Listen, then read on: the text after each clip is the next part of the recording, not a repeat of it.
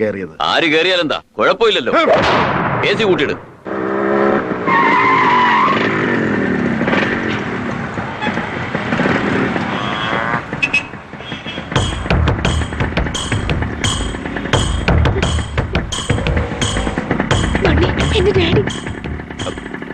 അങ്ങോട്ട് നോക്കണ്ട, കാണാത്ത പോലെ ഇരുന്നോ.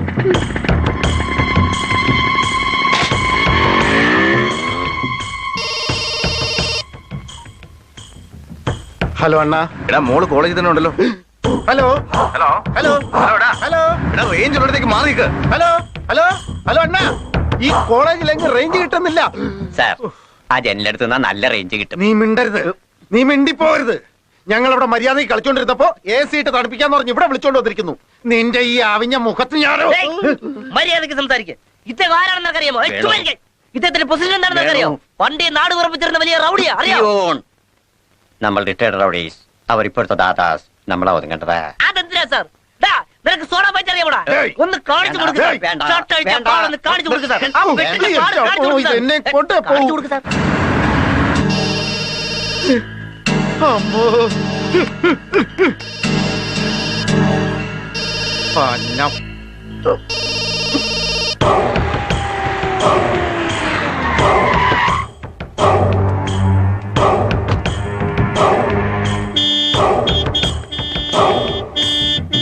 അണ്ണാ വേണ്ട അണ്ണൻ. എന്റെ അമ്മോ, ഞാൻ ആ മഹാലക്ഷ്മിയുടെ ക്ലാസ് എവിടെയാ? മുകളിൽ B സെക്ഷൻ.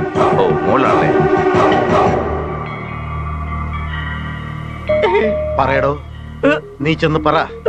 നിങ്ങളുടെ മോൾ ഏതോ ഒരുത്തന്റെ കൂടെ ബൈക്കിൽ കയറി പോയെന്ന് ചെന്ന് പറ. കൂതറ പ്രിൻസിപ്പാള് അലവലാത് ചേറ്റേ.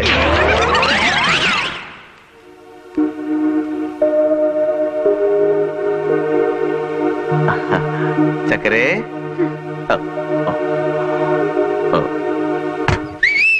തുറന്നടാ, നിക്കടവിടെ, നിക്കാൻ.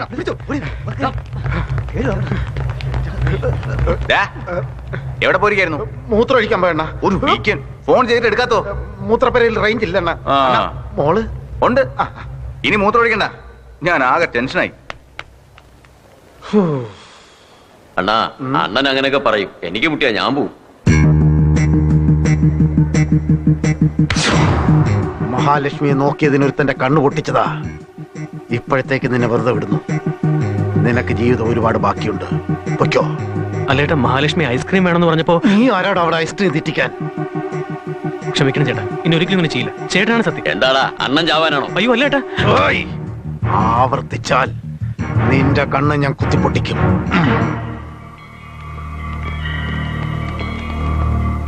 പിച്ചക്കാര്.